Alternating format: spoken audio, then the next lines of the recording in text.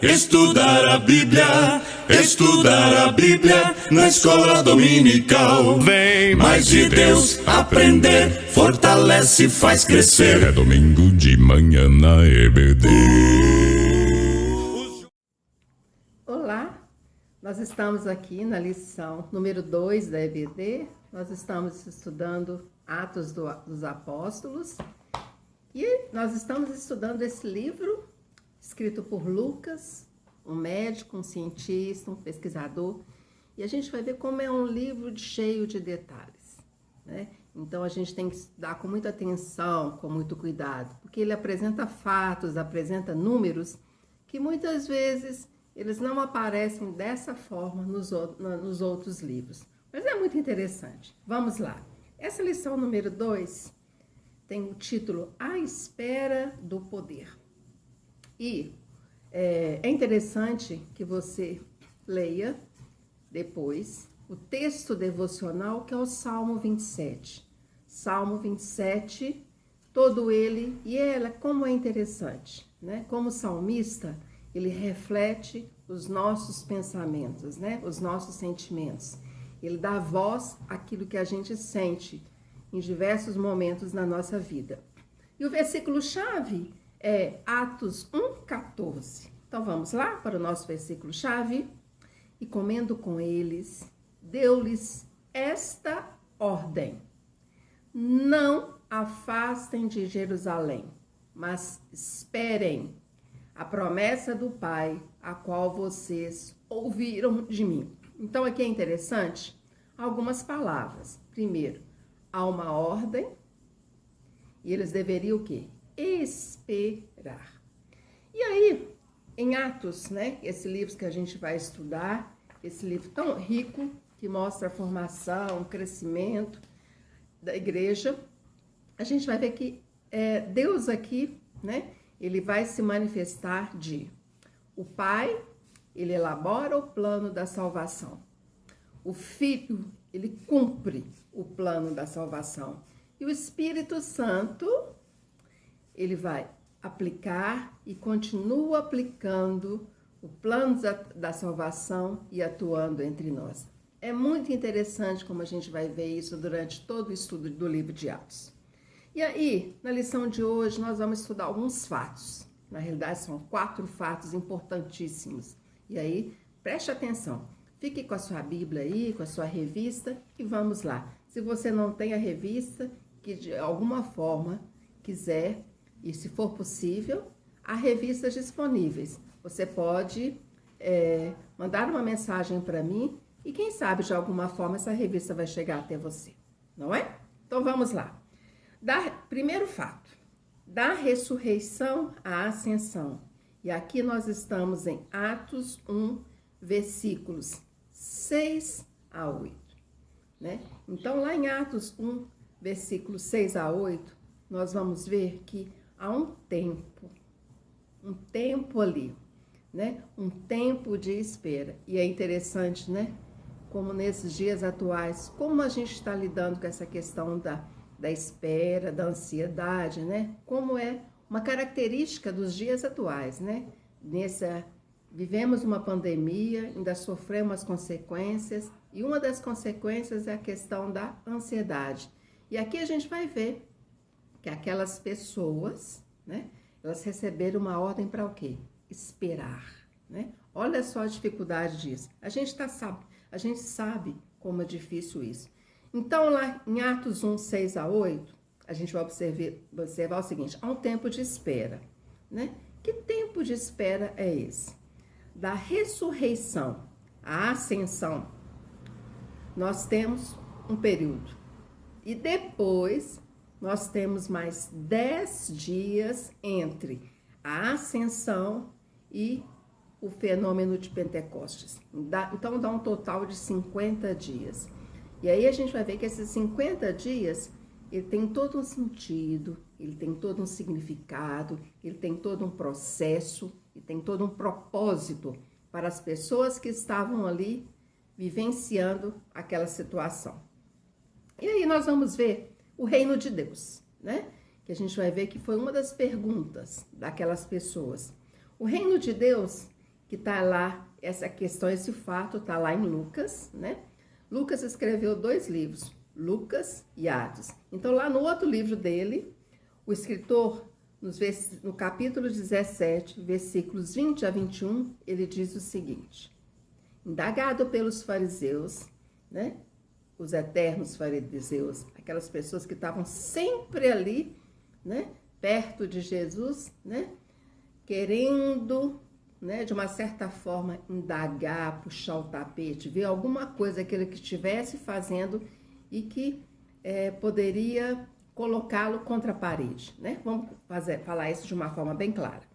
Então, vamos lá. Indagado pelos fariseus sobre quando viria o reino de Deus, Jesus olhou para aqueles homens e diz o seguinte: o reino de Deus, ele não vem com visível aparência. Ele não vem com visível aparência.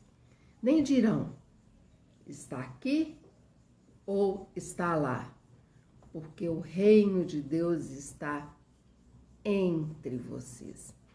Mais uma vez, Jesus, com essa resposta, ele deixa aqueles homens que estavam sempre ali atrás dele intrigados, né? Que com certeza não era essa a resposta que eles queriam, né? E aí Jesus diz: o reino de Deus está entre vocês. E aí nós vamos ver que o reino de Deus, ele é o quê? Ele é espiritual. O reino de Deus, ele é o quê? Internacional, né? Várias pessoas. E aqui uma outra questão importantíssima. O reino de Deus, ele passa por um processo gradual. Vamos explicar então? Quando diz aqui, por que gradual? E aqui nesse versículo, nesses versículos e nos relatos do escritor, deixa bem claro o seguinte: não cabe a vocês conhecer o tempo ou a época que o rei fixou pela sua própria autoridade. Ou seja, não depende de vocês, não. Isso não é da conta de vocês. Português, claro, isso não é da conta de vocês, né? O tempo, a hora, o minuto, o segundo, isso não é para vocês. Vocês não se preocupem com isso. Isso é de Deus. Ele tem a hora certa, ele tem o propósito certo. E aí uma mensagem para nós. Deus tem o momento certo, Deus tem a hora certa para agir. E aí outra coisa, né? Na resposta aqui, o tempo pertence a Deus. As pessoas precisam saber que receberiam o poder, mas quando fosse a hora certa, o momento certo. Vamos pegar isso para nós. O tempo certo, a hora certa. E aqui nós vamos para um segundo fato, um segundo momento. A ascensão de Jesus. E onde está isso? Lá em Atos, capítulo 1, versículos 9 a 12. E aí, vamos lá? E depois de ter dito isso, Jesus foi elevado às alturas, à vista deles, e uma nuvem o encobriu dos seus olhos. Estando eles com os olhos fixos no céu, enquanto Jesus subia, eis que 2 homens vestidos de branco se puseram ao lado deles. E esses homens de branco disseram: homens da Galileia, por que vocês estão olhando para as alturas? Esse Jesus que foi levado do meio de vocês para o céu, virá de modo como vocês o viram subir, né? E aqui Jesus já estava falando, já estava dando um outro recado, né? Que da mesma forma como ele subiu, ele também voltaria. Outra situação que a gente vai ver nesse livro de Atos, nesse capítulo 1, esperando a manifestação do Espírito. E lá, em Atos 1, versículos 12 a 14, vamos lá? Então, os apóstolos voltaram do Monte das Oliveiras. Eles estavam lá, né? Onde aconteceu aquele fato. E voltaram para Jerusalém. A distância até a cidade é cerca de 1 quilômetro. Tá vendo como Lucas é detalhista? Quando entraram na cidade, subiram para o cenáculo, onde se reuniam. Quem estava lá? Pedro, João, Tiago, André, Filipe, Tomé, Bartolomeu, Mateus, Tiago, filho de Alfeu, Simão, o Zelote e Judas, filho de Tiago, né? E essa expressão Zelote aqui era um grupo de pessoas, né? E Simão fazia parte desse grupo, que eles criam, né? Eles acreditavam piamente, né, que Deus a devoção extrema à palavra de Deus, né? Eles eram o quê? Cuidadosos, extremamente zelosos, daí a palavra zelote. E até acreditavam numa defesa, né? Uma defesa para esse princípio, uma defesa mais ríspida, né? Eles poderiam até fazer uso de situações mais ríspidas para defender aquele princípio deles. Continuando. Todos esses... Agora, olha só. O que estava acontecendo ali? Todos estes perseveravam unânimes em oração. Com as mulheres. Com Maria, mãe de Jesus, e com os irmãos dele. Tá vendo como nesses versículos a riqueza de detalhes, né? Nomes, como aparecem nomes aqui. E aí nós vamos ver o seguinte: 10 dias antes do Pentecostes. Então nós temos um período, né, entre ressurreição, ascensão, e depois nós temos um outro tempo, da ascensão até o Pentecostes. E aí são 10 dias. É um tempo, né? Um tempo de espera, um tempo de obediência. Mas aquele tempo deles, aqueles 10 dias, não foram dias à toa, não. É interessante, né? Que naquele tempo que eles deveriam esperar, tempo de Deus, Deus é soberano, Deus sabe como agir na hora certa. O que aquelas pessoas estavam ali fazendo? Eles estavam no templo, louvando a Deus, juntos, unidos, perseverantes, orando. Percebem? Enquanto eles esperavam, eles estavam ali, eles receberam uma ordem, eles esperavam. Mas eles não esperavam desesperados, eles não esperavam ansiosos, né? Eles esperavam fazendo o quê? No templo, louvando a Deus, orando, juntos, homens e mulheres ali, né? A gente vê que era um grupo, tinha homens e tinha mulheres, e isso é bem importante a gente deixar bem claro já desde o início aqui da formação da igreja, homens e mulheres juntos, de diferentes profissões, diferentes origens, mas juntos. E outra coisa, apesar dessa diversidade toda, eles oravam e perseveravam, eram perseverantes. Agora, meus queridos, nós vamos ver uma outra situação que é o seguinte: a escolha, um outro fato importante que a gente vai ver aqui, em Atos, a escolha de Matias para o apostolado.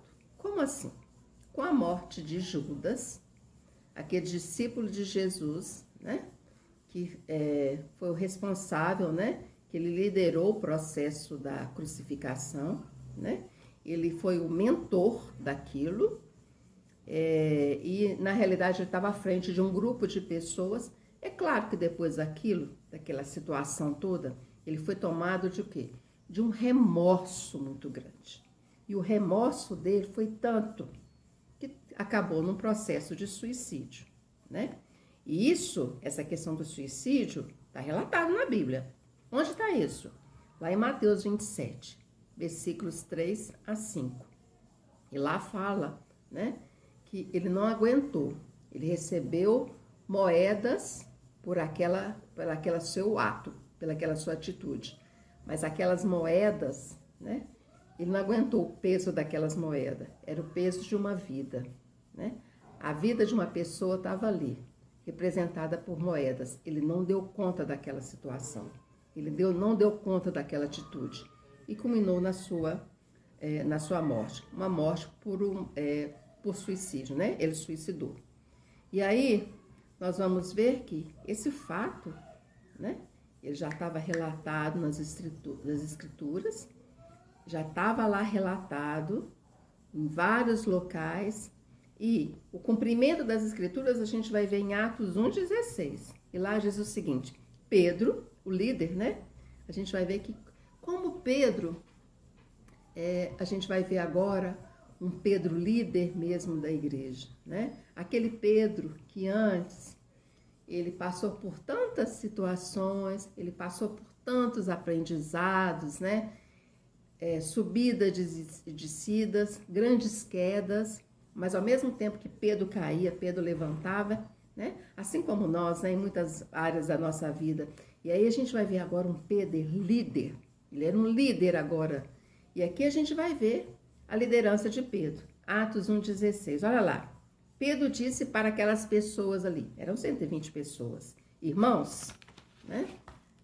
Era necessário que se cumprisse a escritura, que o Espírito Santo predisse pela boca de Davi, o espírito de Judas, que foi o guia daqueles que prenderam Jesus. Então aqui o que ele faz? Que tudo aquilo que tinha acontecido tinha um propósito. Pedro está falando aqui, né? Tem um propósito. E tanto tem um propósito que agora nós vamos dar sequência às coisas. Nós vamos escolher o quê? Uma nova pessoa. Uma pessoa para ficar no lugar de quem? De Judas. E aí, a gente vai ver que lá em Atos tem todo esse processo de escolha, né? E aí, no meio daquelas pessoas que estavam ali, eles escolheram quem? Matias. Eles escolheram Matias para ocupar o lugar de quem? O lugar de Judas. E aí, meus queridos, com essa lição, a gente tem algumas coisas que a gente tem que parar e pensar. Na realidade, são fatos, né? Aqui tem uma série de fatos. É interessante que você volte lá e leia todo o capítulo 1, a riqueza de detalhes, situações que muitas vezes a gente passa despercebido. Mas aqui a gente vai ver o seguinte: Deus tem sempre um propósito. Deus é soberano. E aqui nós temos 50 dias envolvendo, né? Entre a ressurreição e o processo lá de Pentecostes. E aí a gente vai ver o quê? Fatos que durante aquele tempo que as pessoas estavam ali, né? Esperando, todo aquele processo sendo trabalhadas, pessoas literalmente sendo trabalhadas nesse tempo todo ali, né? Da ressurreição, da ascensão, do Pentecostes. Na realidade, as pessoas estavam sendo o quê? Trabalhadas espiritualmente. A gente vai ver o seguinte: nesse tempo que muitas vezes para muitos era muito tempo, não tinha explicação, as pessoas deviam se perguntar: por que está acontecendo tudo isso? Por que dessa forma? Por que dessa maneira?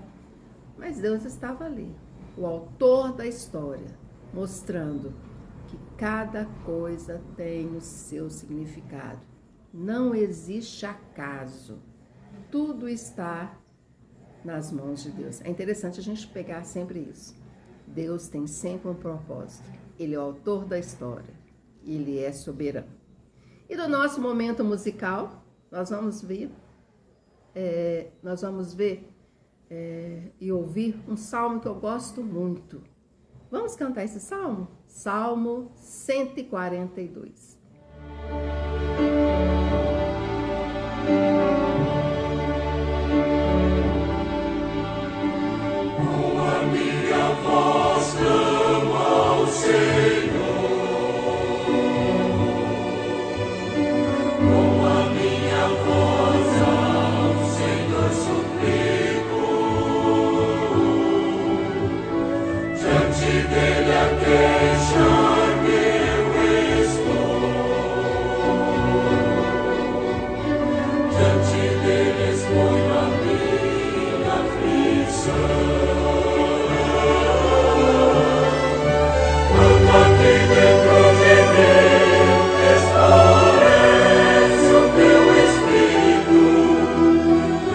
Conheces minha vereda.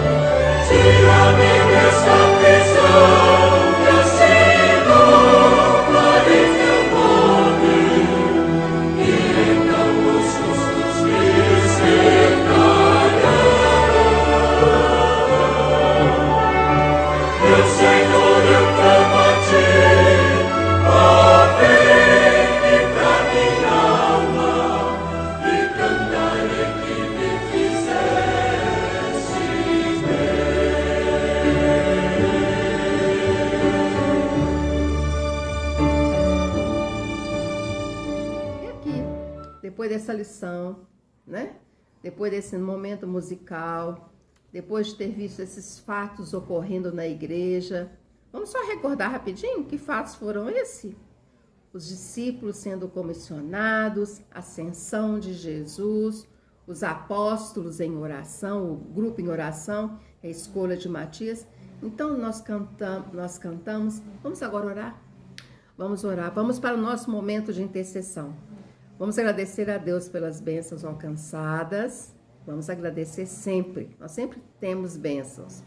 Vamos clamar pelo nosso país, pelo Brasil, esse país que tem que estar sempre nas nossas súplicas, os nossos líderes, né? As pessoas que ocupam cargos. Vamos orar por esse momento que a gente está vivendo. Vamos orar pelos nossos missionários. Vamos orar, meus queridos, pelos missionários de Minas Gerais, do Brasil e do mundo. E vamos interceder por Daniel e Magda na cidade de Paracatu. Esses missionários ali, eles enfrentam grandes desafios, né? Vamos ter sempre nas nossas orações os missionários, né, que estão aí levando a semente, e essa família que faz parte do grupo de oração toda segunda-feira. Vamos orar, meus queridos, pelas famílias da nossa igreja, pelas nossas famílias, para que Deus esteja abençoando, protegendo, curando, restaurando relacionamentos. Vamos orar pelas nossas famílias, famílias que têm algumas passado por grandes dificuldades. Vamos interceder pelas nossas famílias. Vamos orar pela Igreja Batista das Alterosas. Nós estamos aqui no bairro Padre Eustáquio. Vamos clamar por essa igreja.